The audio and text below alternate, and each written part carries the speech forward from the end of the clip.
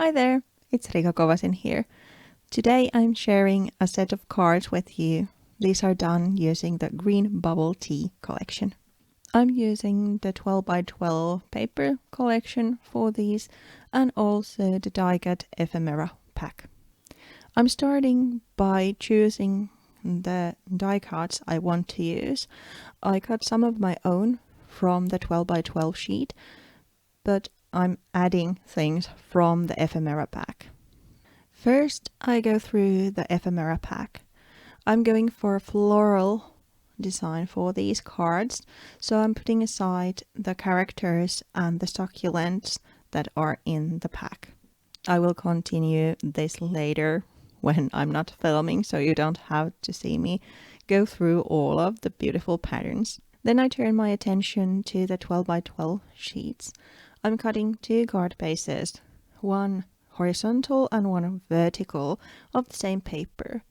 With this hard design, it does matter what direction I'm cutting because there's a way you can use that paper, but with the dark blue I'm going to then add underneath, kind of framing the hard patterned version.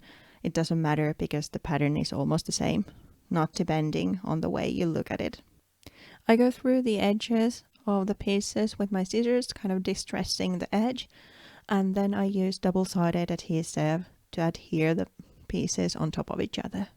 Next, I'm adding white heavy gesso on top. This is partly to hide that really contrasting pattern so that the emphasis of the card can be the florals coming on top. The other reason is priming the surface because I'm adding watercolor on top, so this way the paper doesn't absorb all the color immediately and I have more playtime with the color. I'm also kind of priming or coloring the little chipboard pieces I'm going to use in my cards. First I'm doing a layer of white embossing powder, and then on top I'm sprinkling just a little bit of pink, so there's a little bit variation to the color. These chipboard pieces are ID-137. I then heat dry the gesso layer and also melt the embossing powder to get my embellishments ready. Then it's time to add some color to the background. For that I'm using the watercolors, like I mentioned before, and I'm going for the green or emerald looking colors of the collection.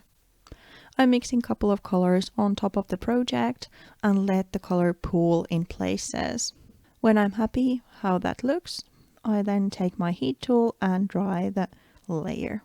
Next I'm adding some stamping on top. For that I'm using black Archival ink and a text or layer stamp. The stamp is ID-79. As you can see, I'm treating it like my background stamp and stamping repeatedly over the project, so you can't really read the letters anymore, but it's more like a texture, kind of just guiding the eye in for the focal composition. I did add some splashes with the watercolors earlier, but I think this needs a little bit of those pinks and purples that are visible in the florals to the background as well, kind of binding those two together. So for that I'm using acrylic paint. First I'm adding some purple splashes and then I'm mixing some pink in and using that. Then I again dry the project with a heat tool.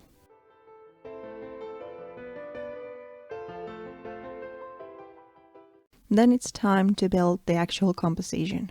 As the bottom layer I'm using a little piece of gauze and I'm adhering that to my base just from here and there, so it kind of stays airy and fluffy. Then I'm adding the chipboard piece on top, just using regular craft glue to adhere it. Then I start to add the flowers and leaves. For those I'm using foam tape together with the craft glue, because the foam tape I'm using, it's meant for just paper on paper, and this is so texturized, so I'm afraid that the tape itself wouldn't hold everything together. But I want that dimensional part of that, For some flowers I use the tape and some flowers I lay flat, so there's varying heights of the composition. I'm starting with the biggest flower and then kind of just adding things on to that, making a nice composition, flowing composition. When I have this first card done, I'm repeating the same process for the other one as well.